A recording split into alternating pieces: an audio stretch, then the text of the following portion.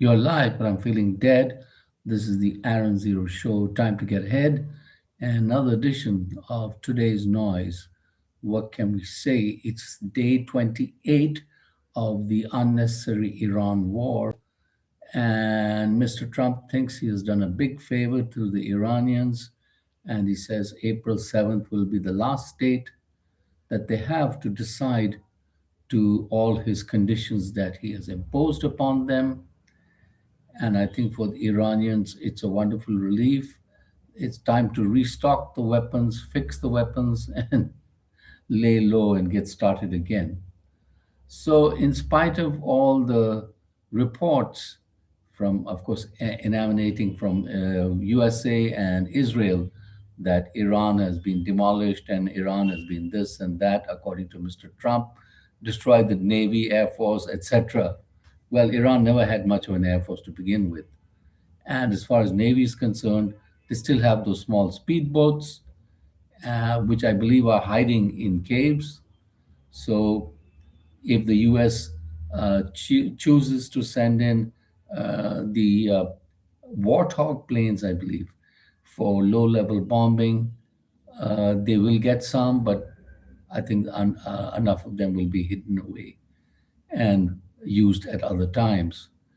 So, one thing Iran has learned from this war is it can control the Strait of Hormuz and has caused a lot of financial anguish in world markets and across to other world countries.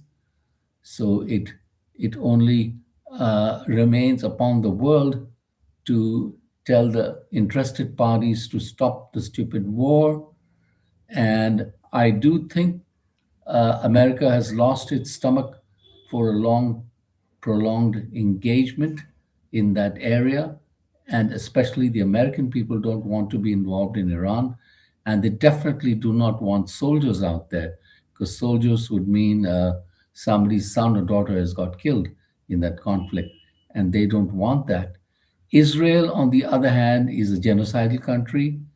And in the words of Mr. Jeffrey Sachs, who's a brilliant commentator, it's a rogue state.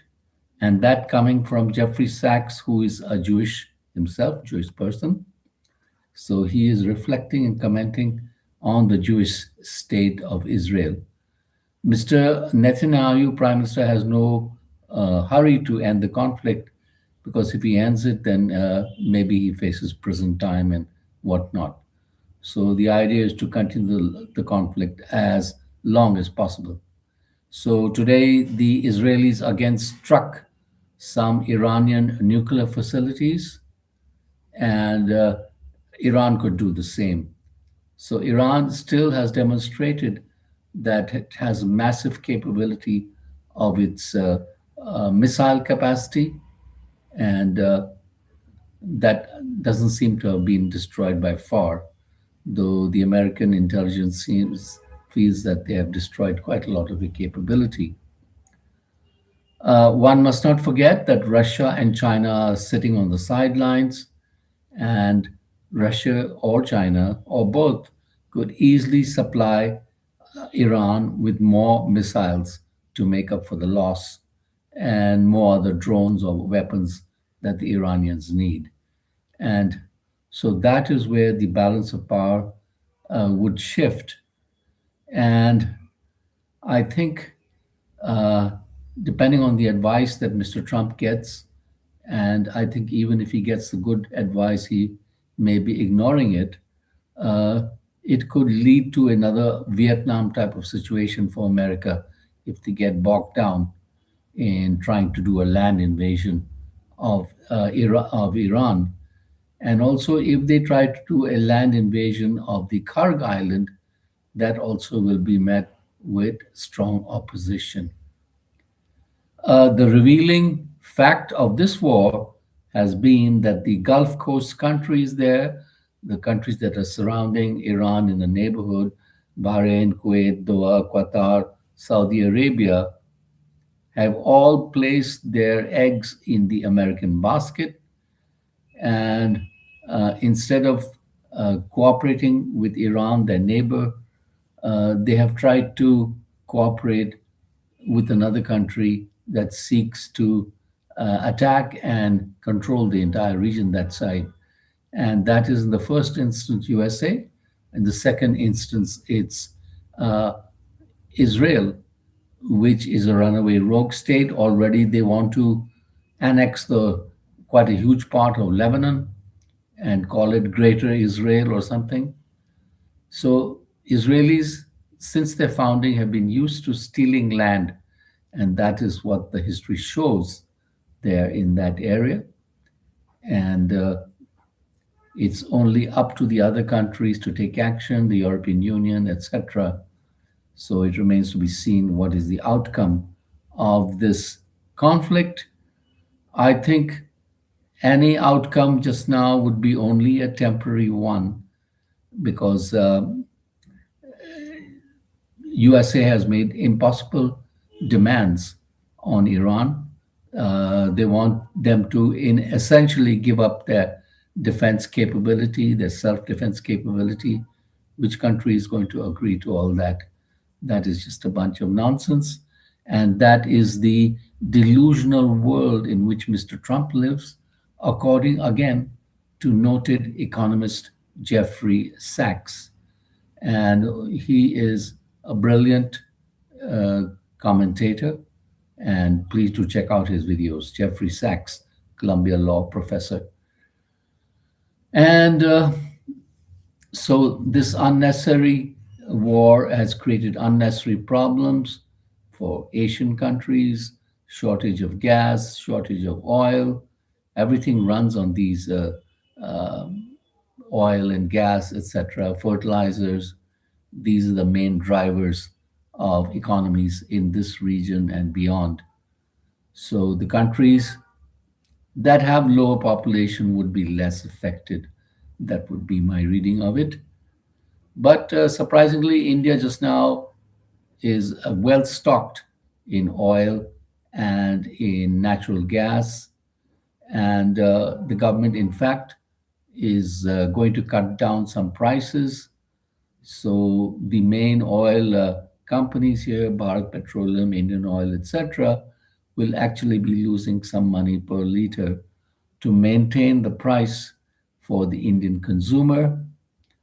And Prime Minister Modi has asked the chief ministers of the states to make sure that all the essential commodities are very much in stock so that the people don't suffer any hardship. I myself saw a computer demonstration of the electric induction heater, which is quite good. You don't need any gas, and it cooks all the food in record time. It uses infrared capabilities and microwave capabilities like your microwave ovens. And it is starting at about 2,000 rupees, I believe, and onwards 8,000 rupees and whatnot. So that would be a good way for many people to go, ordinary people even, so that they don't have to depend upon gas cylinders, etc., while the government is trying to make pipe gas available to a maximum number of people in the areas where gas lines can be laid. But I myself personally think that induction heating would be the wave of the future, totally clean and no dependence on any cylinders, etc. The other big story, of course, is the opening of the Jawar or Noida airport by Prime Minister Modi today, a huge airport which will have capacity to cater to international airlines as well as domestic airlines. I believe about 30 flights per hour, and it will take the load off the main Indira Gandhi International Airport, long time coming, and it will relieve the pressure on the main airport and, of course, create a lot of additional employment in the area for thousands of people in that area. And of course, the farmers, etc., who've sold land to the government for that have made a killing. I was reading about a farmer who has made about 10 crores of rupees by selling all his land. That is approximately almost $3 million, I would say. Oh, no, no, sorry, $2 million, around $2 million at today's rates. Now it's like 94. So, and of course, he has built a house, invested in a little more land, bought a car, etc. So, for some people, the development in the area has been like a lottery ticket come alive for them. And what else do we have? Belen Shah, 37 years old, 36 years old, sorry, rapper turned politician, had his inauguration today. And if reports are to be believed, the former prime minister has been arrested, Oli, and one of the other ministers. So Mr. Belenshaw brings a completely new vibe to Nepalese politics, and it's mainly the Gen Z who propelled him into power. And I think a lot of the Gen Z will be waiting with bated breath to see what he does. In fact, all of Nepal will be waiting. So it's a sea change where a really young person is now holding the reins of power and could chart a new course for Nepal. He'll be holding the portfolios of defense, industries, supplies, etc. And so it is a new road for Nepal to travel on. And on that note, we leave you and we thank you for watching and subscribe by the billion.